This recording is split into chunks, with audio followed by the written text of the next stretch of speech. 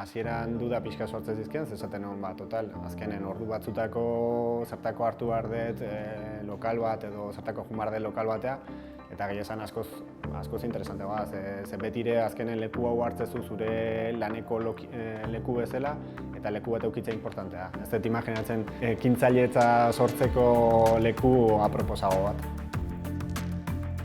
El concepto de coworking nos cuadraba por nuestra forma de trabajar, que trabajamos desde la creación de redes, colaboración con otras personas, con otros agentes. Vamos viendo cómo evoluciona nuestro proyecto y también conociendo cómo van evolucionando otros proyectos, y desde ahí se generan sinergias, se generan posibles colaboraciones.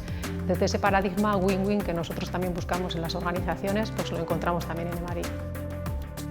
Espero nuna zen elkargune bat topatzea, ere egoera berdinen zeon jendeakin elkarlan bat sortzea, eta hoxe izan da hemen topatu betena, eta hori baino pixka gehiago ere bai, ez? Azkenen lagunak topatu ditutelako eta prezio handio duten jende asko.